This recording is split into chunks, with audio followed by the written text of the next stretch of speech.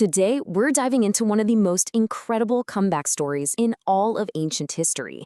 We're talking about a time of division, a bloody rebellion, and the unlikely rebirth of an empire. This is the story of the 17th Dynasty. Just picture it for a second. The ground shaking with the thunder of hooves, the sharp clang of bronze on bronze, the roar of battle. For more than 100 years, Egypt was a broken land. The north was completely under the thumb of foreign invaders, the Hyksos. But down in the south, a fire was starting to burn, a rebellion that was about to set the entire Nile Valley ablaze. So, how in the world did a nation, literally torn in two, rise up from the ashes of war to kickstart one of its most glorious periods ever? Well, let's get into it. To really understand this, we've got to rewind a bit, back to the source of the whole problem. See, Egypt wasn't just fighting an outside enemy. It was a nation at war with itself, stuck in a chaotic chapter of its history we call the Second Intermediate Period. And you can see the split right here. You had these foreign rulers from Western Asia, the Hyksos, and they'd taken over the rich, fertile lands of Lower Egypt in the north, ruling from their capital, Avaris. Meanwhile, the true Egyptian pharaohs, they'd been pushed all the way south, holding on to what they could of Upper Egypt from the city of Thebes. A once unstoppable empire was now a shadow of its former self, cut right down the middle. And this timeline really puts it all into perspective. Egypt's amazing Middle Kingdom had just collapsed, throwing the whole region into chaos and uncertainty. And it was right in the middle of all that mess that the Theban rulers of the 17th Dynasty basically said, okay, that's it. Enough is enough. And this takes us right to the heart of the rebellion. Because Thebes wasn't just some city on a map. No, it was the last real stronghold of Egyptian power, and its rulers were definitely not the type to just sit back and accept defeat.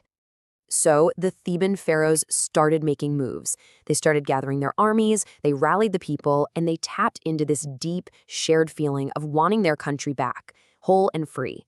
Thebes basically became the engine of the entire revolution. But, a rebellion like this needs leaders.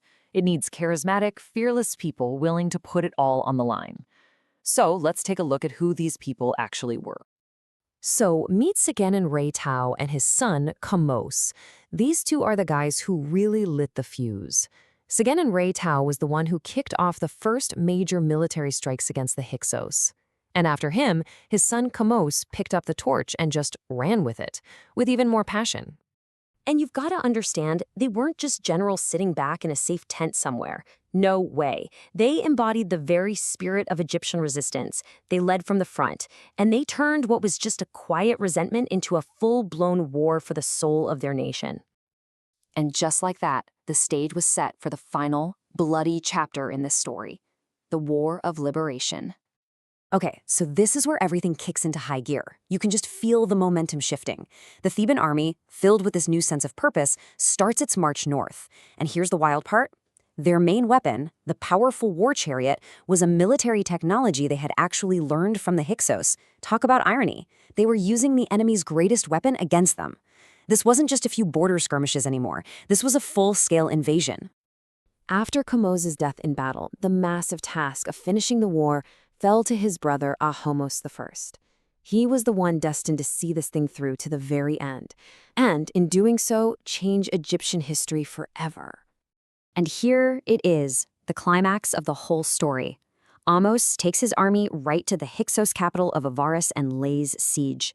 It was a long, brutal fight, but in the end, the city fell. That was the knockout punch. The Hyksos stronghold was broken, and their grip on Egypt was shattered for good. So you see, the fall of Avaris wasn't just about one military victory.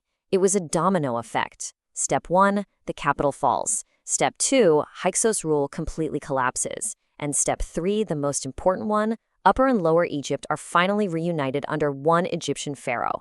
The country was whole again. And the impact of this? It was absolutely monumental. Ahmose's victory didn't just end a war, it started a new golden age. He became the very first pharaoh of the legendary 18th Dynasty, kicking off the new kingdom. We're talking about the era with Tutankhamun, of Hatshepsut, of Ramesses the Great.